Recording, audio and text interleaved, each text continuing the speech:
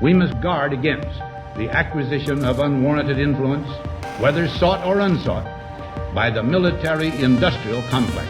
Disseminate propaganda to influence people's minds, and this is a major function of the CIA. Hussein and his regime are concealing their efforts to produce more weapons of mass destruction. Welcome back to Notify America. In the United States, every man, woman, and child are supposed to be treated equally under the law. No one is found guilty of a crime unless a trial of their peers has a chance to hear the evidence and make a ruling. Even when the government does charge you with a crime, you're still innocent until proven guilty. But is that what really happens? Well, the truth is there are far too many bad prosecutors out there who only care about the scoreboard. If they win or they lose, regardless of the facts, happens far too often. You'll read about cases of people wrongly convicted all the time, and when the prosecuting attorney learns about it, instead of trying to fix it, they sometimes refuse to look at it at all or acknowledge it, as that would be bad for their careers. The numbers of cases like this are astounding.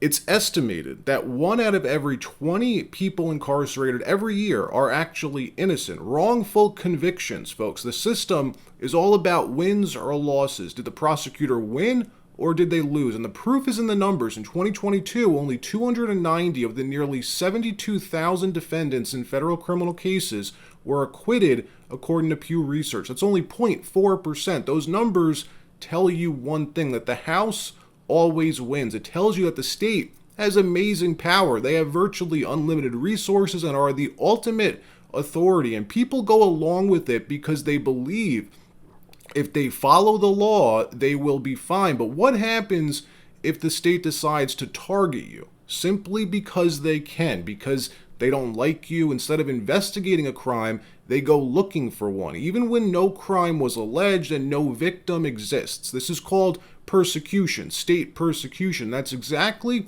what the New York Attorney General promised she would do to Donald Trump. And that's not my interpretation. That's what she really said while she was running for office. And after she won, her victory speech specifically talked about her mission to take down the former president. Watch this. I look forward to going into the office of Attorney General every day, suing him, defending your rights, and then going home. I say one name, Donald Trump. That should motivate you. Will you sue him for us? Oh, we're going to definitely sue him. We're going to be a real pain in the Now, most of us already know about this, and regardless of your political affiliation, this is wrong. Targeting someone searching for a crime when no crime was alleged is wrong. But again, besides her abusing her office, even with her doing this, it doesn't matter, because in the end, the U.S. justice system always prevails, right? A jury of Trump's peers would hear the evidence, watch the tapes of her promising to go after him, promising to sue him for something, for anything, watch her promise to become a thorn in his side. They would see that and they would find him innocent, right? Well, think again, because there was no jury. The judge waived the jury, decided to be the sole jury in this Leticia James case, which means in this country, when they want you, they'll get you, even if that person is a former president. This was a camera entering the courtroom in the opening of Trump's trial. Look at the way that the Attorney General stares at him. She could care less that she's prosecuting him. That's her oath to uphold the law, that justice is supposed to be blind, right? Her job is to look at the facts, not the man.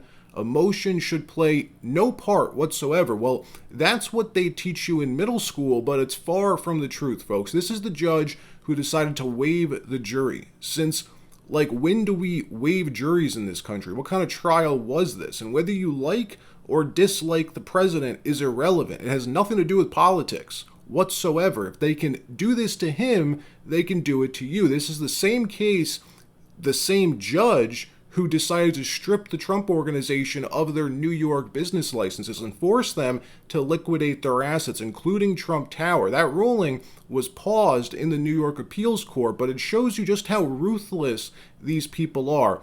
Well, a few days ago, this trial came to an end, and Leticia James released a statement, but listen carefully what else she said during it. She may have slipped up here. Watch this. After 11 weeks in court, we rested our case against Donald Trump, the Trump Organization, and other defendants.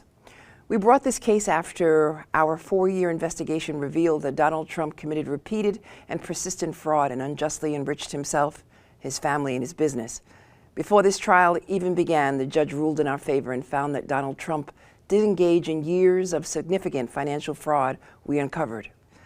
Before this trial even began, the judge ruled in our favor. And look, even CNN is now openly beginning to backtrack on this a bit, how linking Trump's trials with the elections is wrong. One of their legal analysts just said this, how Jack Smith wants Trump prosecuted before the election, how that's wrong. And why are they doing this? Because they know it's not working. It's backfired. This is crazy, folks, and they know it's backfiring. They don't know what to do at this point. The American public isn't stupid. The polls are showing his support continues to grow because people know this is wrong. They know Biden is doing an awful job, and they're losing their grip on power. They see it slipping away. It's why the closer we get to November 2024, the worse it's going to get. Yesterday, CNN and all of the corporate media had a conniption over what Trump said at his rally. We have the clip of what he said. What he said is true, by the way. He mentioned how other world leaders are watching what Joe Biden's Justice Department is doing to him and how it shows the rot of the American political system, which, if you ask me, is spot on. Watch this. Vladimir Putin of Russia says that Biden's, and this is a quote, politically motivated persecution of his political rival is very good for Russia because it shows the rottenness of the American political system. Viktor Orban, the highly respected Prime Minister of Hungary, said Trump is the man who can save the Western world. Look, we always get that question, why do you give him attention? Actually, this cannot be normalized. And he is the Republican frontrunner. And he quotes Vladimir Putin approvingly to talk about how rotten American democracy is. Vladimir Putin is not a credible source of information about American democracy, much less American jurisprudence. Vladimir Putin seeks to undermine the United States and its allies, whether in Europe or Asia or the Middle East.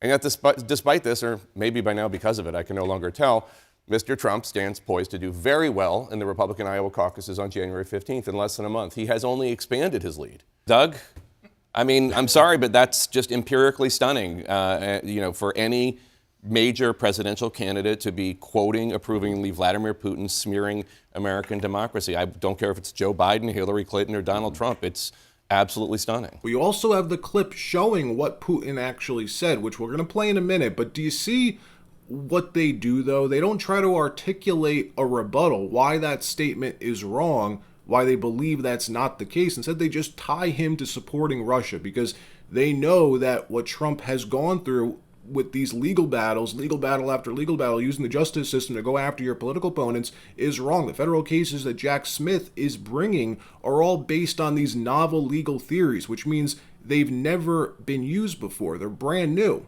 If this was a real crime, or if Trump really was guilty of a crime or committed a crime, don't you think that they would charge him with an actual crime instead of using novel legal theories to try to get around that? Well, here's Vladimir Putin. Take a listen to this. Преследование Трампа, но это, конечно, для нас то, что происходит в сегодняшних условиях, на мой взгляд, это хорошо. Почему? Потому что это показывает всю гнилость американской политической системы, которая не может претендовать на то, чтобы учить других демократии. Все, что происходит с Трампом, это преследование по политическим мотивам своего политического конкурента. Вот что это такое. И делается это на глазах общественности США и всего. So you tell me, is he wrong? Because it sure sounds spot on to me. All right, that wraps up this episode. If you enjoyed it, got something out of it, press the like button, subscribe if you haven't already.